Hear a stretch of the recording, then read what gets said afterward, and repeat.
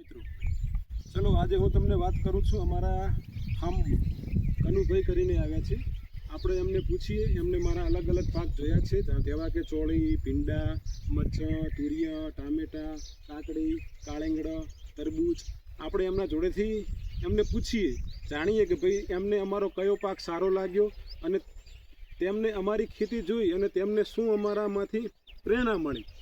કનુભાઈ તમે આવ્યા તમે અમારી ખેતરની મુલાકાત કરી તમને કયો પાક સારો લાગ્યો તો તમે થોડું અમારા જણાવો। હું વેલજીભાઈને ખેતરે વિઝિટ માટે આવ્યો મને ખૂબ સારું લાગ્યું।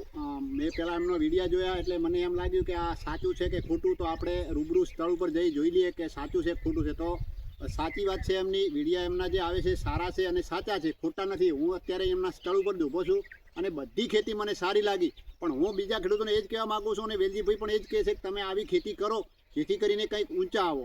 તો મારું પણ એ જ કહેવું છે ખેડૂત મિત્રોને કે તમે આવી ખેતી કરો દરેક ખેડૂત મિત્ર આવી ખેતી કરતો થઈ જશે અને ઓર્ગોનિક કરતો થઈ જશે તો ઊંચો આવશે નહીંતર કોઈ દિવસ ઊંચો આવવાનો નથી। બાકીની ખેતીઓ જે પહેલાંની આપણા કંઢિયા કરતા એ ખેતી હવે યોગ્ય લાગતી નથી મને।